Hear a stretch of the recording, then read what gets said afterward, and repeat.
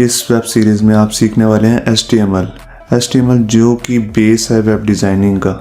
अगर आप as a web developer job करना चाहते हैं या डिज़ाइनर काम करना चाहते हैं तो आपको ये सीखना बहुत ज़्यादा ज़रूरी है। तो HTML जो है उसका फुल मीनिंग क्या है? HTML का जो फुल मीनिंग है वो है हाइपर टेक्स्ट मार्कअप लैंग्वेज। तो अब सवाल उठता है कि इसका यूज़ क्या होता है HTML का यूज़ देखने के लिए हम यहाँ पर देखते हैं कि इसका हम यूज़ कैसे कर सकते हैं। हम इससे अपनी वेबसाइट बना सकते हैं, हम इससे अपने वेब पेजेस क्रिएट कर सकते हैं। अब वेब पेजेस क्या होते हैं? एक तो हमारे नॉर्मल बुक में पेजेस होते हैं, एक वेब पेजेस होते हैं। जैसे आपने कोई भी वेबसाइट देखी होगी, वेबसाइट में कुछ पेजेस होते हैं, जैसे अबाउट अस का पेज है, गैलरी का पेज है, कॉन्टैक्ट अस का पेज है। तो उसको हम क्या कहते हैं? वेब पेज, क्योंकि वो वेबसाइट पे दिख रहा है। ठीक है, तो इसका दूसरा यूज़ क्या कर सकते हैं आप, क्यों सीख सकते हैं HTML?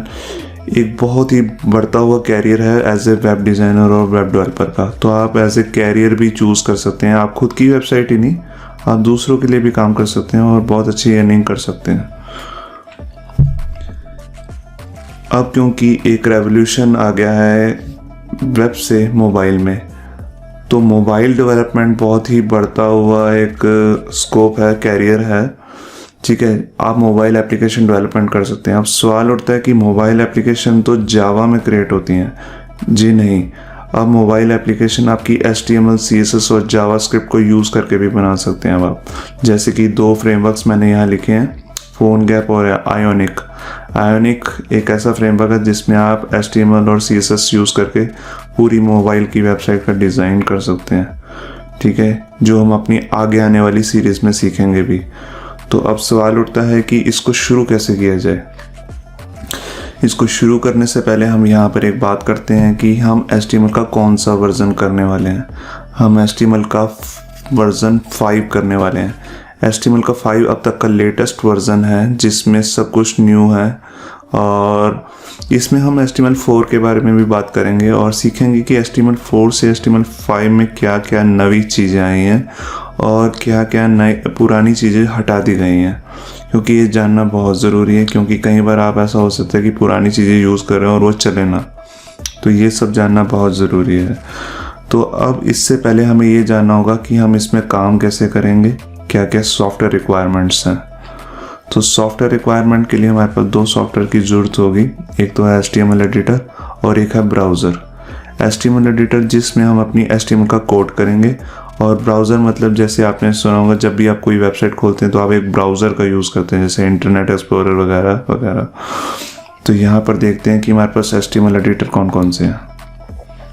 सबसे बेसिक जो एडिटर आता है हमारे पास विंडोज़ के अंदर वो है नोटपैड विंडोज़ के साथ ही आता है, और इसको आप as a editor HTML editor use कर सकते हैं। इसमें आप अपना सारा कोड कर सकते हैं और ये फ्री ऑफ कॉस्ट है क्योंकि आपको विंडोज़ के साथ ही मिला है।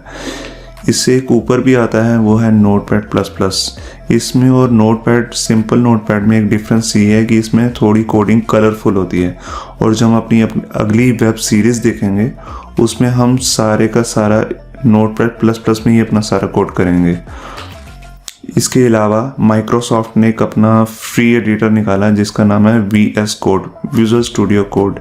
एकदम फ्री एडिटर है और इसमें काफ़ी सारे फ़ायदे हैं, आप इसको भी यूज़ कर सकते हैं।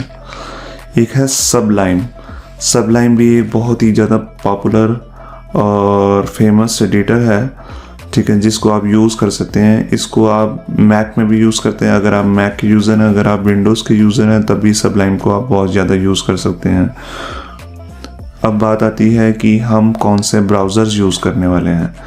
ठीक है, ब्राउज़र्स में जो अब तक का सबसे पॉपुलर ब्राउज़र है गूगल का क्रोम की खासियत ये है क्योंकि ये फास्ट वेबसाइट खोलता है और ये अप टू डेट है, एकदम नई टेक्नोलॉजी से रिलेटेड। क्योंकि जो आप HTML के नए फीचर्स यूज़ करने वाले हैं वो पुराने ब्राउज़र सपोर्ट नहीं करते हैं।